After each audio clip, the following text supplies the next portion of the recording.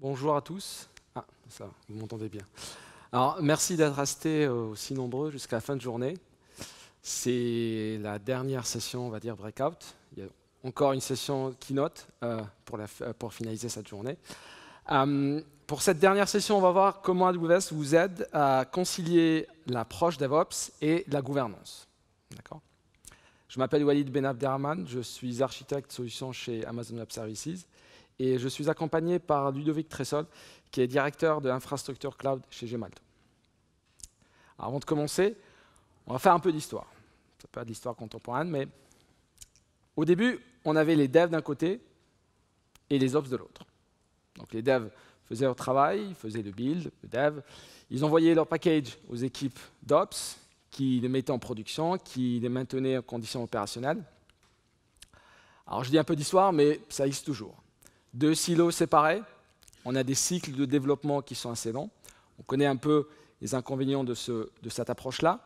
Et pour résoudre ce problème, pour accélérer les feedback loops qu'on verra par la suite, on a créé l'approche DevOps. Donc plus de silos, les devs et les ops ensemble.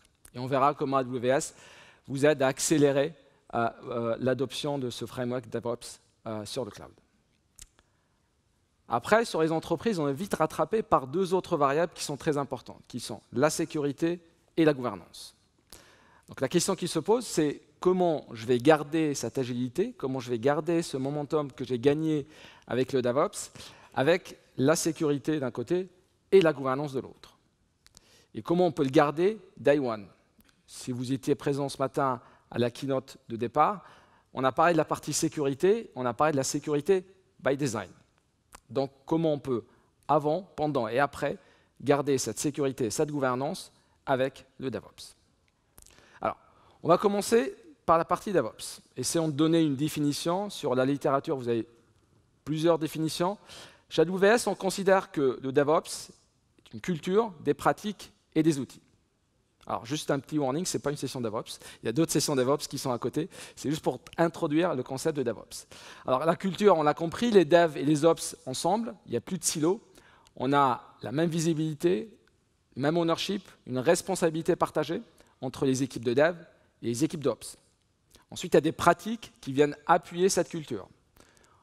Quelques pratiques comme l'architecture basée sur les microservices, des chaînes CI/CD, Continuous Integration, Continuous Delivery ou Continuous Deployment, de l'infrastructure as a code, du monitoring pour approuver ces pratiques-là. Ensuite, on a des outils qui viennent aider pour accélérer, automatiser ces pratiques-là dans le cloud. Là, on a un certain nombre d'outils.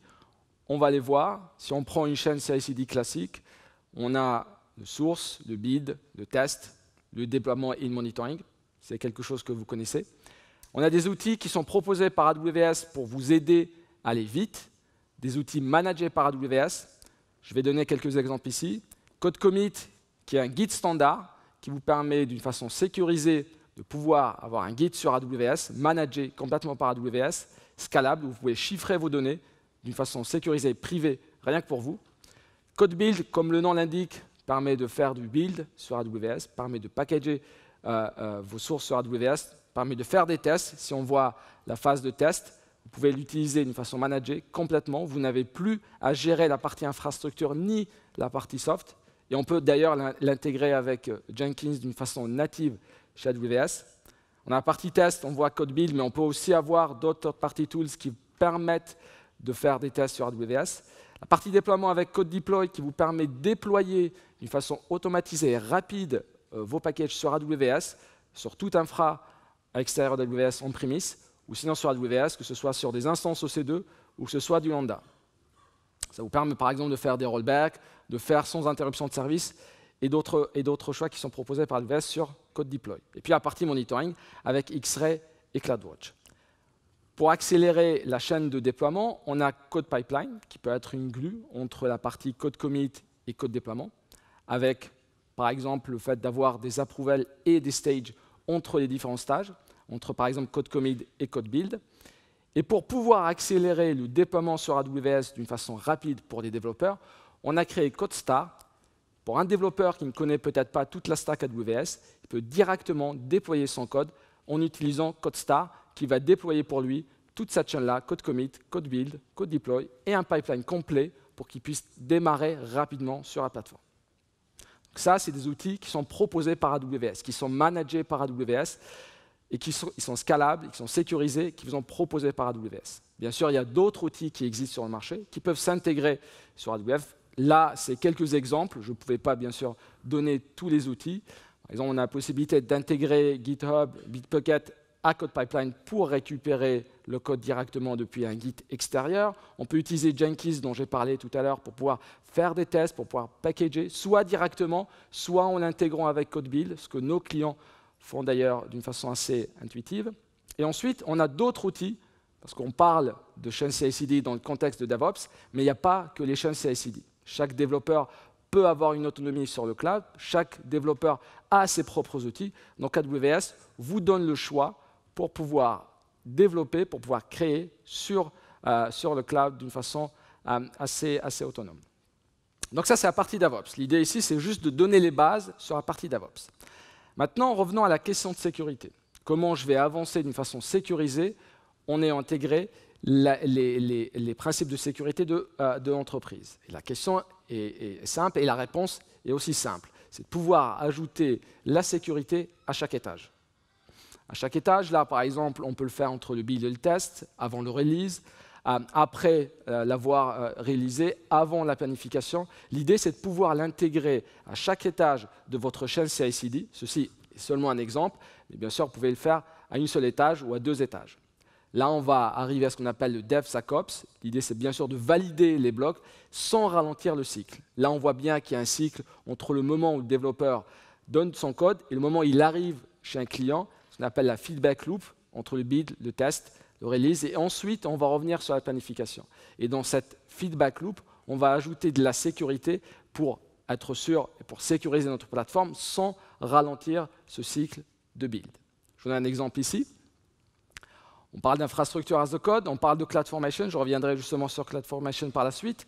Il y a un développeur qui a écrit son code, son CloudFormation, il le pousse sur code commit, il peut aussi le pousser sur S3 qui est notre service de stockage objet, ou bien sur un Git extérieur. Cela va déclencher un code pipeline. Dans ce code pipeline-là, ce qu'on a ajouté, c'est un cycle avec AWS Lambda. AWS Lambda qui vous permet, dans ce cas-là, de tester d'une façon statique votre template CloudFormation.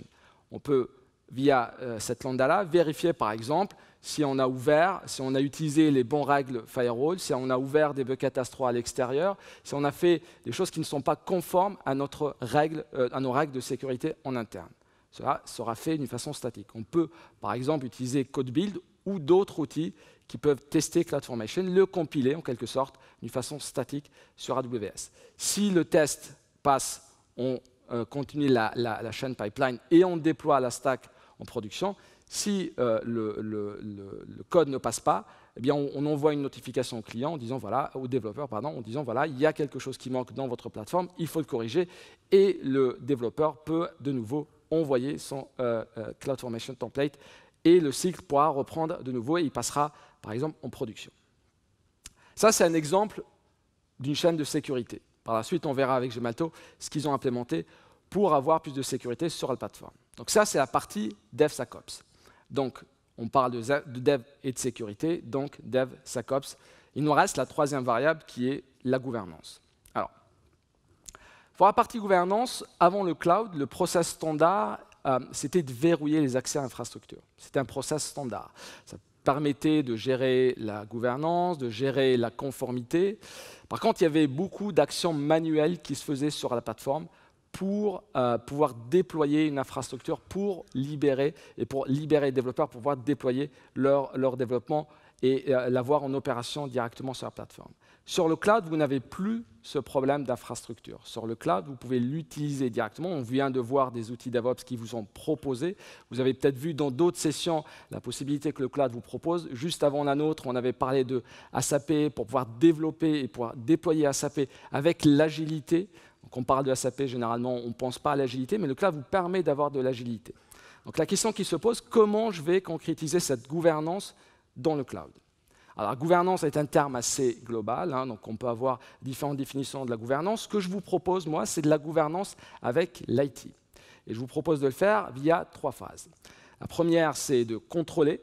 La deuxième, c'est de monitorer. Et la troisième, c'est de corriger. Et vous voyez quelques services AWS qui vous permettent de mettre en place ces trois phases. On va commencer par la partie contrôle. On va parler de CloudFormation et de Service Catalog. D'abord, une petite définition de CloudFormation. CloudFormation est un service qui vous permet de modéliser, provisionner et manager vos ressources sur AWS, ce qu'on appelle l'infrastructure as a code. Donc l'idée, c'est quoi? C'est que vous écrivez avec un langage déclaratif, en YAML ou en JSON, vous décrivez votre infrastructure, donc vous décrivez par exemple une architecture 3 tiers, vous avez besoin de serveurs web frontaux, de serveurs applicatifs, de serveurs de base de données par exemple, vous décrivez cette architecture-là, vous définissez le réseau sur lequel vous allez déployer cette architecture, vous définissez les règles de firewall, vous définissez votre gouvernance via ce template CloudFormation. Donc de cette manière, vous contrôlez ce que les développeurs, vous contrôlez ce que les ops vont mettre en place sur la plateforme AWS. À partir de ce template-là que vous allez pousser sur la plateforme, AWS va créer le stack. Cette stack-là, vous pouvez la mettre à jour, vous pouvez la supprimer, vous pouvez contrôler, vous pouvez la mettre à jour pour la suite pour pouvoir la faire vivre sur la plateforme. Donc déjà, via CloudFormation, via ce qu'on appelle l'infrastructure as a code, vous pouvez faire une gouvernance, écrire votre gouvernance pour pouvoir la décrire et pouvoir la partager avec vos clients. Et pour pouvoir la partager, on allait plus loin. On a créé un service qui s'appelle Service Catalog. L'idée derrière Service Catalog, c'est qu'on part d'un template CloudFormation et on a ce qu'on appelle un portail de service. On a un seul stop shop pour tous les clients en interne. Vous écrivez votre template CloudFormation et on le verra par la suite et vous le délivrez à vos utilisateurs en interne. Donc les utilisateurs qui sont en interne, ils peuvent venir explorer les produits qu'on va mettre à leur disposition et déployer ce template CloudFormation. Ça vous permet de renforcer la gouvernance d'une façon proactive. Ça vous permet de contrôler les versionning. Si demain, vous changez par exemple de serveur de base de données ou vous montez en version de base de données pour des conformités, pour la sécurité ou autre, vous pouvez mettre en place cette politique-là et vous pouvez mettre à jour directement sur Service Catalog, ce qui permettra à vos utilisateurs d'aller directement sur ce portail-là et l'utiliser d'une façon rapide et facile. Ce qui est intéressant aussi, c'est que vous pouvez l'intégrer à ServiceNow. Si vous avez un ITSM en interne, si vous avez ServiceNow, vous pouvez maintenant directement depuis ServiceNow explorer les produits qu'on a mis à disposition sur Service Catalog et déployer directement depuis ServiceNow les outils et les services dont je vous parlais directement sur la plateforme sans passer par AWS. Alors comment cela marche? On a une première expérience administrateur, donc on parlait de template CloudFormation. Donc l'administrateur va créer un template, il va l'écrire, il va appeler ça un produit. Donc ça sera un produit qui va être mis à disposition des clients de vos utilisateurs en interne. Un produit, un ensemble de produits constitue ce qu'on appelle un portfolio de services. D'accord? Donc un produit, c'est un template CloudFormation. Un ensemble de templates et un ensemble de produits constitue un portfolio qu'on peut versionner à l'intérieur de la plateforme. Ce qui est intéressant, c'est qu'on peut donner des droits aux utilisateurs qui a le droit d'utiliser ces services-là, qui a le droit de déployer ces produits.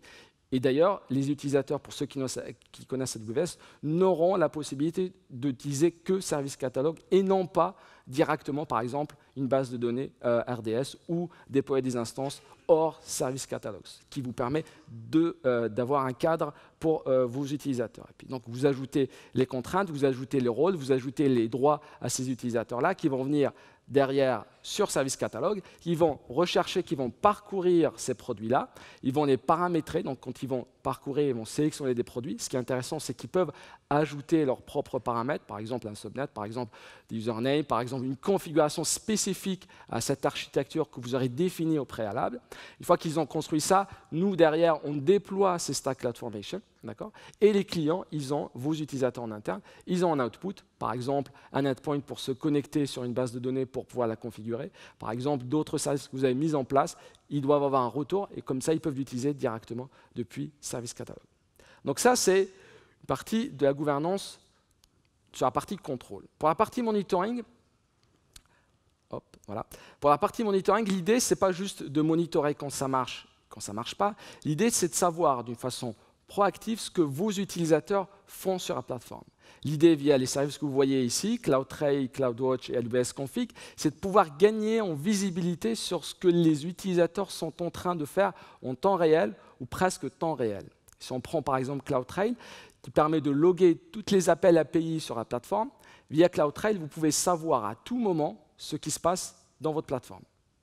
Quelque chose que vous ne pouvez pas, je pense, faire en prémisse. À tout moment, vous pouvez savoir presque real-time ce qui se passe dans la plateforme. Donc vous gagnez en visibilité sur les déploiements, sur ce que font vos utilisateurs. Vous pouvez coder la compliance avec AWS Config. AWS Config qui vous permet de dire, prenons un exemple, si vous souhaitez que vos disques soient chiffrés systématiquement à chaque déploiement, Config vous permet de vérifier si ce chiffrement est effectif ou pas. C'est les clients qui ont déployé leur infrastructure sur AWS, s'ils ont chiffré ces disques sur la plateforme. Donc vous codez votre compliance, vous dites clairement ce qui doit être vérifié par config, qui va passer, qui va vérifier et qui va vous notifier sur ce qui se passe sur la plateforme. Donc vous pouvez coder cette compliance, vous pouvez notifier et vous pouvez prendre des actions par la suite. Les actions que vous pouvez prendre pour la phase 3, qui est la partie de correction, ça peut partir du plus simple, je veux dire au plus compliqué, mais au plus personnalisable via AWS Lambda qu'on a vu tout à l'heure qui vérifiait le code CloudFormation d'une façon statique. Dans le cas Lambda, vous écrivez votre code, c'est ce qu'on appelle le serverless côté AWS.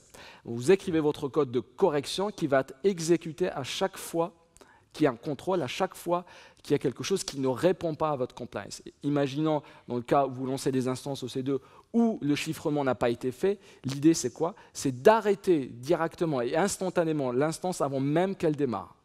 Donc si elle n'est pas conforme, vous l'arrêtez tout de suite sur la plateforme. Et vous avez d'autres choix avec CloudWatch Events qui vous permet de récupérer ces événements-là pour les pousser sur Lambda. On a aussi Trusted Advisor que vous pouvez utiliser pour avoir les 5 piliers sur AWS qui sont la sécurité, le coût, la fiabilité et l'excellence opérationnelle sur la plateforme. Vous pouvez récupérer directement ces métriques-là et vous pouvez les réutiliser directement sur AWS via Trusted Advisor qui va scanner toute votre plateforme et vous donner des métriques et des indicateurs, ce qui est bien, ce qui n'est pas bien, comment on peut l'améliorer selon la gouvernance que vous allez dicter par AWS, sur AWS. Donc voici les 3 phases qui vous permettent, entre autres, d'avoir une gouvernance sur AWS contrôlée, monitorée et corrigée.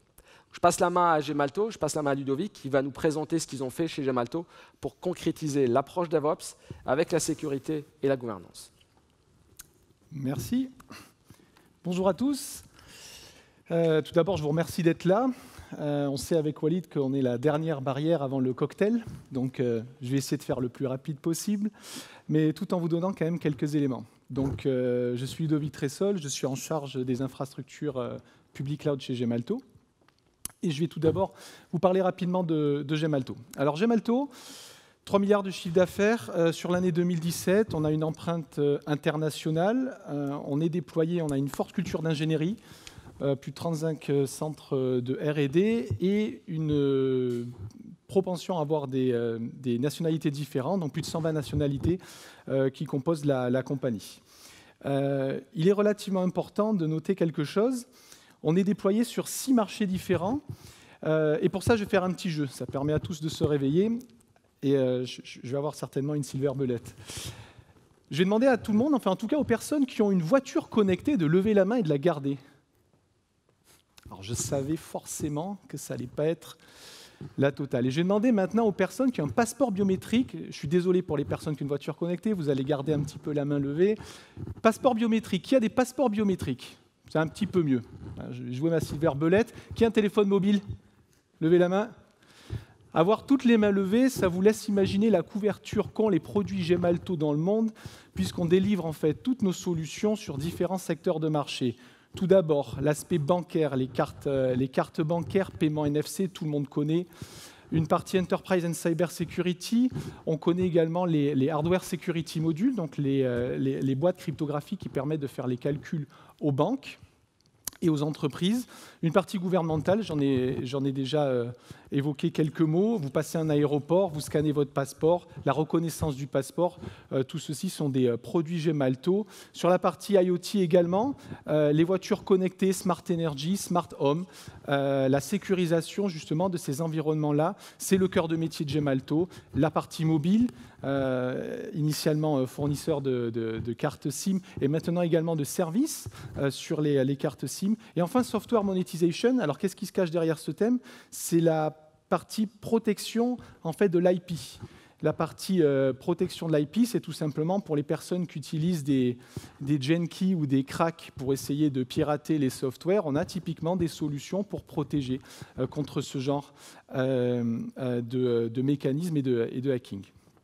Alors, ce qui est important de savoir à Gemalto, c'est qu'on a commencé notre cloud journée avec des challenges. Alors, je ne vais pas m'éterniser dessus, Walid en a déjà un petit peu parlé.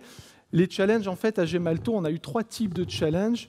Le premier, organisationnel, les devs veulent de l'agilité. Ils veulent des releases rapides.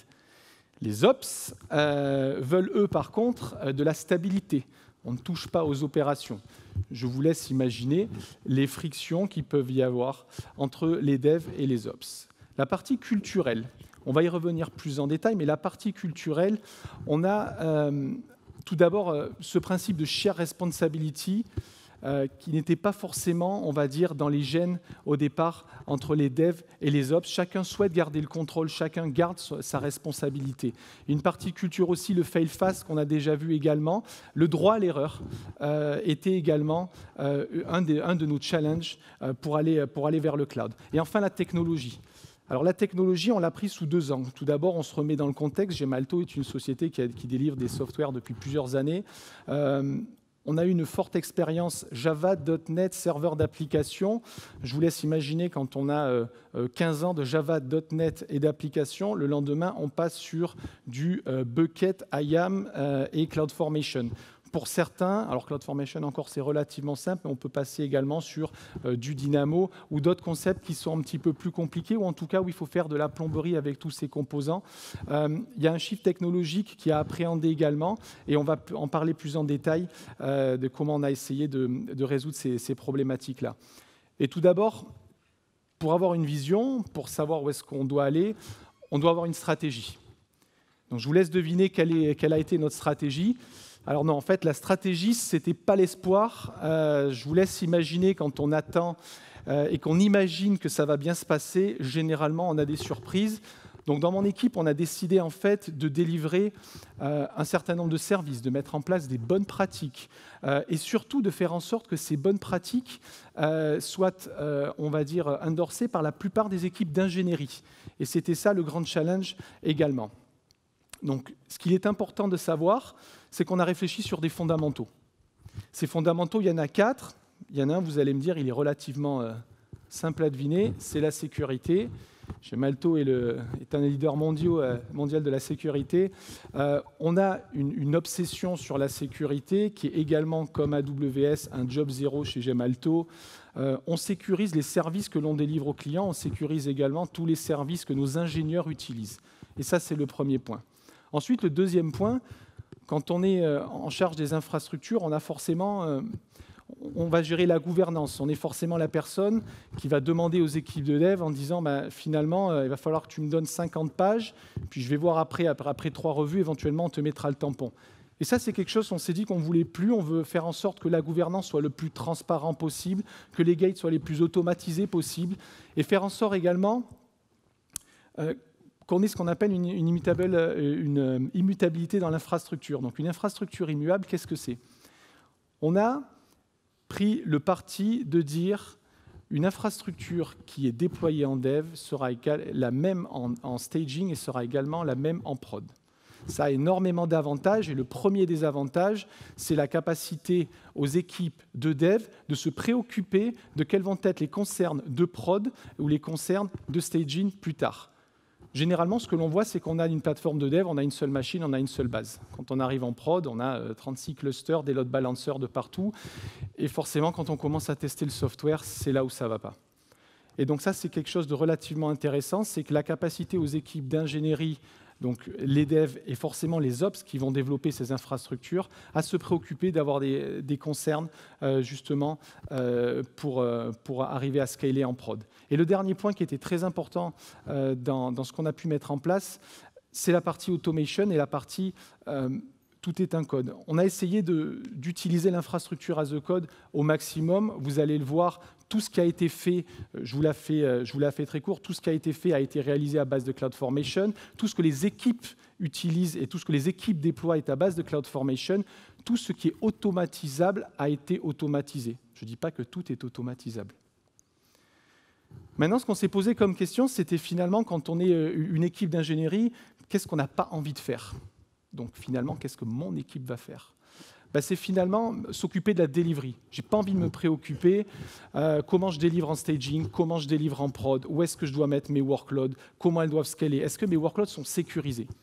Donc finalement, en fait, je vais vous parler d'un service en particulier qu'on a mis en place qui a permis justement de concilier, comme on l'a vu, la partie gouvernance, la sécurité, mais aussi d'avoir des équipes d'ingénieurs qui sont contentes à Gemalto de déployer dans le public cloud. Et on va parler plus précisément de pipeline. Donc la pipeline, en 3 mots, c'est très simple, c'est la capacité à passer d'un état de dev de pré-production vers la production de manière relativement automatisée et en ayant certains gates de contrôle. Et éventuellement en faisant une feedback loop le plus tôt possible pour que l'équipe de dev, l'équipe d'ingénierie puisse corriger. Alors qu'est-ce qu'on a fourni finalement comme service? Donc, ces pipelines qui ont été déployés, finalement, on va commencer par du configuration management. On en a tous besoin. Par ça, j'entends une brique que l'on va voir dans le prochain slide qui s'appelle Code Commit, la capacité à versionner son code et plus particulièrement donc l'infrastructure as a code. On avait également besoin, en termes de requirement, de fournir de la compliance et de la sécurité. Alors, je vais parler des vérifications de sécurité, mais je vais aussi parler des vérifications architecturales. Une vérification de sécurité, c'est éviter qu'un port 22 soit ouvert dans une DMZ, par exemple. Ça, c'est un concern de sécurité. Un concern en termes d'architecture, c'est tout simplement la capacité à faire en sorte qu'une application soit, by design, déployée sur a minima 2 ASI, voire 3. Donc ce sont tous ces différents checks que l'on va pouvoir faire automatiquement dans la pipeline et on va pouvoir insérer petit à petit des bonnes pratiques chez les équipes d'ingénierie. Le troisième point, le monitoring. On ne peut pas s'améliorer si on ne monitore pas les pipelines. On ne peut pas s'améliorer si au final on ne monitore pas notre service. Et on ne peut pas améliorer notre service, bien entendu, si on ne le monitore pas en termes de performance. Le dernier point, c'est le resource provisioning et bien entendu la capacité aux équipes de dev et d'ingénierie à être absolument autonomes dans le déploiement de leur déploiement. La capacité à faire un push dans code commit et à avoir la capacité de déployer de manière autonome en pré-production et plus tard en production. Et donc, vous allez devoir rester 5 minutes de plus avec moi. C'est le slide le plus technique. Mais bon, Walid en avait finalement des plus techniques que moi. Donc, ça devrait passer. Je vais vous parler maintenant, avec les composants Amazon, de qu'est-ce que l'on a mis en place pour ce fameux service que l'on a appelé Infrastructure Automation. Et je vais en profiter à ce titre pour remercier 3 personnes, dont 2 sont dans la salle. Donc Eric Mullenbar, qui est de Gemalto, qui est le gourou des pipelines à Gemalto. Pauline Blanc de la société D2SI qui a fortement contribué, et également Eugène Ngontan qui est aussi de la société D2SI, qui ont tous 3 contribué à cette pipeline DevSecOps. Tout d'abord, tout commence avec l'équipe d'ingénierie. Comme vous allez le constater dans les différentes cases, chez Gemalto, on a pris le parti, bien entendu, pour des concerns de sécurité, d'avoir des accounts de dev, des accounts de staging et des accounts de prod. Pour limiter, ce que vous connaissez tous, c'est le blast radius, pour faire en sorte que nos workloads soient complètement isolés les unes des autres. Un account de développement, l'équipe d'ingénierie va travailler avec ses CloudFormation et va créer son infrastructure dans l'account de développement. Donc en gros, c'est un dry run de toute l'infrastructure que l'on va pouvoir déployer plus tard en staging et en prod. Et ensuite, on archive donc ces CloudFormation dans le composant code commit. Qu'est-ce qui se passe à ce moment-là? Code commit a la capacité d'envoyer des événements. Donc c'est un CloudWatch event qui est envoyé directement à un account qui est transversal. Nous utilisons des accounts transversaux pour faire en sorte que les pipelines soient toutes équivalentes entre toutes nos business units. Nous avons des accounts pour chacune des business units et généralement, on marche toujours par triptyque Dev, Staging, Prod pour chacune de nos business units. Et certaines peuvent avoir plusieurs itérations de ces accounts-là. Les accounts builder, qui sont les accounts de pipeline, donc qui sont gérés par l'équipe de gouvernance, ont la capacité de récupérer les CloudFormation. Bon, je vais vous dévoiler un peu la magie, je n'ai pas mis tous les composants pour simplifier le diagramme. Donc on utilise de la glue. Donc le composant de glue principal étant lambda, on utilise également code commit pour préparer en fait les CloudFormation. Qu'est-ce que l'on fait avec ces CloudFormation? On va commencer à faire ce qu'on en a vu tout à l'heure, de la compliance, du check et de la sécurité. Donc pour ça, on utilise en fait CFNAG, qui est un outil de Stelligent, qui a la capacité en plus de tourner en serverless. Donc Stelligent, vous allez voir sur GitHub, fournit une lambda qui permet en fait de faire des vérifications dans vos CloudFormation. C'est une analyse statique du code qui permet de faire un certain nombre de vérifications, aussi bien sécurité, de développer des règles custom, ce que nous avons fait, mais également des règles architecturales. Une fois que les vérifications ont été faites, je vais vous inviter à regarder en détail ce step-là. Il y a une notification qui part à une équipe de gouvernance. C'est un step manuel, actuellement.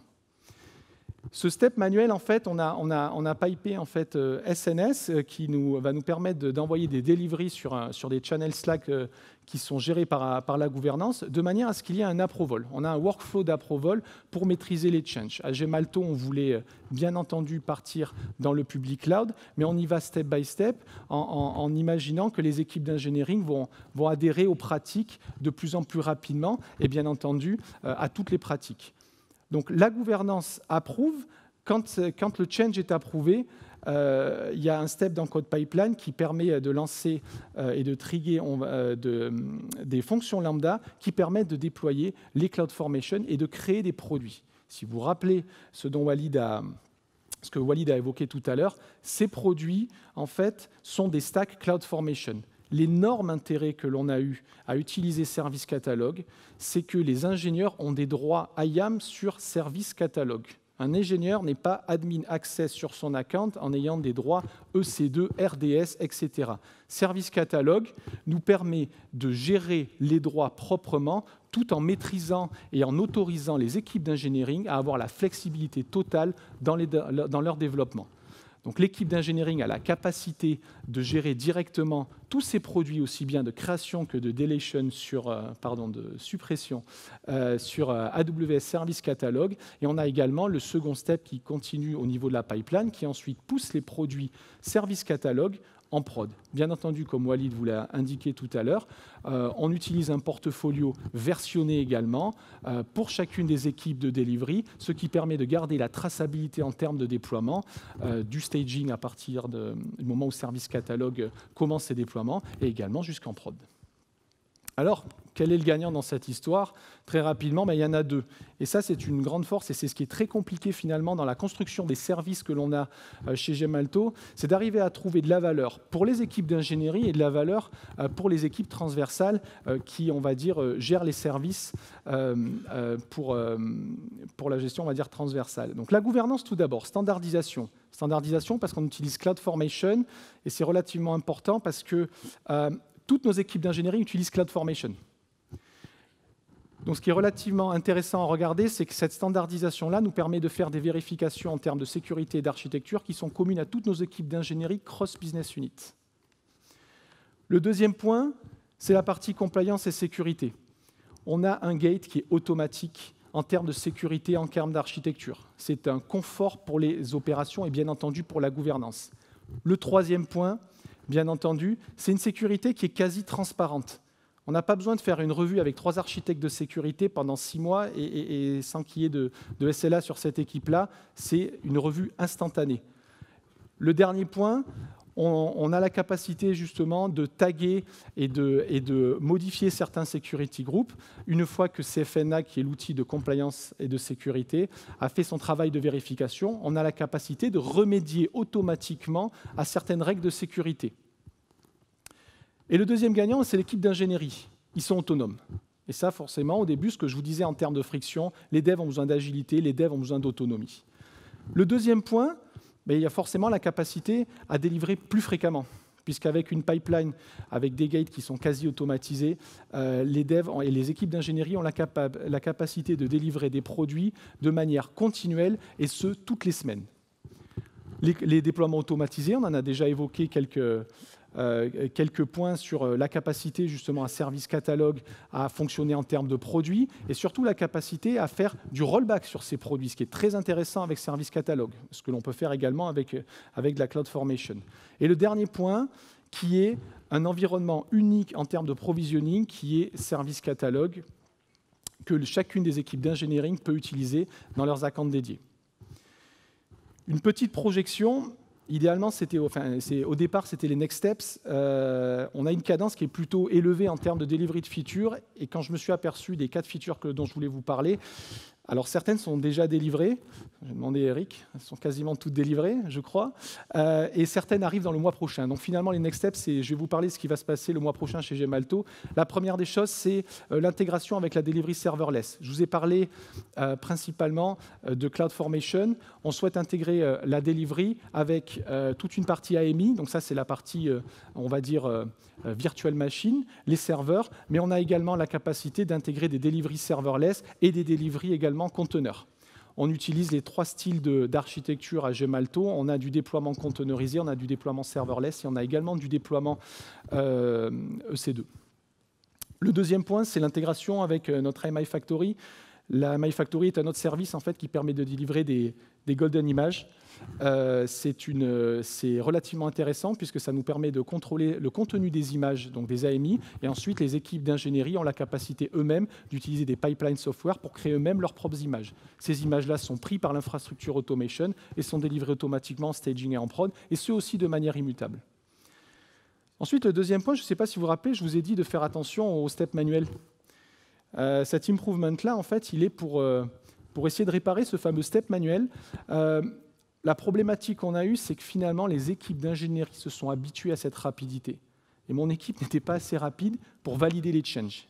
Donc on a eu des problèmes, il a fallu qu'on définisse finalement une contre-mesure. Et on est en train de travailler actuellement sur des mécaniques qui vont être basées sur des différentiels entre les produits N et les produits N+1 pour calculer, suivant des critères de complexité, si le change peut automatiquement passer en staging ou si le change doit être revu manuellement par quelqu'un, pour justement éviter cette latence de l'approval manuel. Et le dernier point qui est très important, on travaille actuellement les équipes Amazon et principalement les équipes Service Catalog et CloudFormation pour être en capacité de récupérer l'existant. Infrastructure Automation a été lancée en début d'année. On avait des workloads avant en production et on a actuellement, on est en train de travailler pour essayer de merger les cycles de vie de CloudFormation qui sont gérés avec Service Catalog et des services et des cycles de vie qui sont directement gérés par le composant CloudFormation. Mon dernier point, en fait, c'était justement sur tous les challenges dont on a parlé. C'est très compliqué de modifier, ça c'est sur le challenge de la culture. Il est extrêmement compliqué à l'échelle et à la taille d'une société comme Gemalto d'essayer de modifier la culture avec un programme en disant super, tout le monde va faire du DevOps, tout le monde fait des stand-up meetings, tout le monde, on autorise le droit à l'erreur de partout. Finalement, nous on a pris le parti de faire quelque chose, c'est de commencer tout petit. Vous l'avez déjà entendu plusieurs fois aujourd'hui, c'est faire des petits pas. Et ce premier petit pas, finalement, c'était de créer du tooling. Donc le tooling, c'est l'infrastructure automation. Une infrastructure automation qui, finalement, commence à insuffler un certain nombre de bonnes pratiques de sécurité, de bonnes pratiques en termes d'architecture, également de bonnes pratiques DevOps. La partie, le modèle de responsabilité partagée entre les Ops et les Devs, le fait de partager ensemble la responsabilité, c'est un des atouts de l'infrastructure automation. Et finalement, on s'est aperçu qu'à Gemalto, les personnes commençaient petit à petit, en utilisant les outils, à avoir un mindset qui changeait. Je vous remercie et je passe la main à Walid. Merci Ludovic. Top. Merci Ludovic. Donc on vient de voir comment Gemalto, avec des briques de base managées par AWS, on réussit quand même une résolution de cette équation auquel on trouve le DevOps, la sécurité et la gouvernance. Donc pour résumer, pour les 2 premières briques, DevOps et sécurité, on peut passer au DevSecOps. On verra, je vous donnerai quelques ressources à la fin pour aller plus loin et pour avoir plus de lecture. Comme ça, vous aurez des devoirs en entrant aujourd'hui chez vous. Le DevSecOps permet de supprimer l'audit manuel, permet d'améliorer la qualité, d'ajouter de la sécurité sans freiner le cycle de développement. C'est un point très important pour nos développeurs et on l'a vu, les équipes sont habituées à un moment donné d'avoir de la vitesse et il ne faut pas les ralentir, il ne faut pas ralentir ce cycle de DevOps. Utilisez l'infrastructure as a code ou le control as a code pour pouvoir appliquer votre gouvernance et pour pouvoir appliquer votre compliance. Infrastructure as a code, on l'a vu avec CloudFormation. On peut le faire aussi avec d'autres outils externes, AWS comme Terraform ou autres. Et utiliser Service Catalog pour pouvoir définir cette gouvernance dans un endroit centralisé. On a vu comment Gemalto l'ont fait avec des cycles DevOps, avec du Lambda, pour enrichir sur Service Catalog d'une façon dynamique. Et puis mettre en place des audits automatisés pour pouvoir avoir de la sécurité d'une façon proactive et réactive sur la plateforme. Donc, ceci est une résolution qu'on vous propose pour à la fois concilier le DevOps, la sécurité et la gouvernance. Pour aller plus loin, les équipes Professional Services chez AWS, en travaillant sur le terrain, on a développé ce qu'on appelle le Cloud Adoption Framework. On parle de perspectives, il y en a 6 que vous voyez ici à l'écran. J'ai mis aussi le lien pour aller avoir plus de lecture sur le Cloud Adoption Framework. On a vu 3 points qui sont la sécurité. Encore, on n'a vu qu'une partie de la sécurité. On n'a pas été dans les détails de la sécurité sur AWS et les différents services qui sont proposés par AWS pour la sécurité chez AWS et dans le cloud. La partie opération, une partie sur DevOps et une partie de la gouvernance. Donc vous pouvez trouver sur ce lien un peu plus de ressources. On peut aller plus loin pour la partie people, pour la partie transformation des people en interne, pour la partie training par exemple, pour comment on accompagne le changement en interne pour former les équipes pour adopter le cloud. On peut trouver la partie plateforme, comment sur la partie business, le cloud permet de changer les clients. Beaucoup de nos clients, historiquement, qui n'avaient pas forcément un business, se sont transformés sur le cloud et qui ont inventé un autre business. Je pense particulièrement à GE, qui, grâce au cloud, s'est transformé pour devenir un géant du software aussi, en plus de leur historique que vous connaissez. Donc ce framework qu'on appelle Cloud Adoption Framework, on le fait avec nos clients. Vous pouvez trouver des ressources, vous pouvez aller plus loin. Donc j'ai mis les liens ici sur ces ressources, quelques livres blancs que vous pouvez trouver sur la plateforme. Je n'ai pas pu bien sûr mettre tous les white papers qui parlent de la sécurité, de la gouvernance, du DevOps sur AWS. Vous avez plusieurs ressources. J'ai aussi mis un lien pour aller sur notre blog dans lequel vous pouvez trouver de l'implémentation, vous pouvez récupérer des codes, vous pouvez récupérer des exemples comme ceux qui ont été cités par Ludovic pour la partie Gemalto. Donc vous avez des ressources. C'est un peu un devoir que je vous donne pour entrer. Un dernier point, ceux qui n'étaient pas en France les 6 derniers mois, vous savez maintenant qu'on a une région qu'on a lancée en décembre dernier. Donc vous avez des data centers en France. Vous avez une région avec 3 zones de disponibilité. Vous pouvez stocker vos données en France. Vous pouvez utiliser les services AWS en France. Donc vous avez rien, il n'y a plus d'excuses, on va dire, pour pouvoir utiliser le cloud AWS.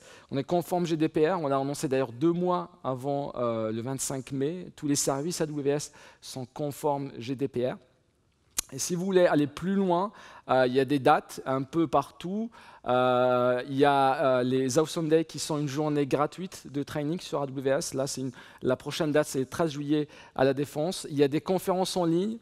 J'aime bien particulièrement ces conférences, c'est des conférences gratuites. Vous avez une keynote qui est présentée au départ par Werner Vogel, que vous avez peut-être vu ce matin. Puis il y a 50 sessions techniques gratuites que vous pouvez trouver le 19 juillet. Et puis il y a des Dev Days, Station F, il y a le 11 septembre et le 4 octobre. Et il y a d'autres événements que vous pouvez trouver sur le lien sur la page AWS France Events. Voilà pour moi, merci. Et si vous avez des questions, on peut les prendre en parallèle.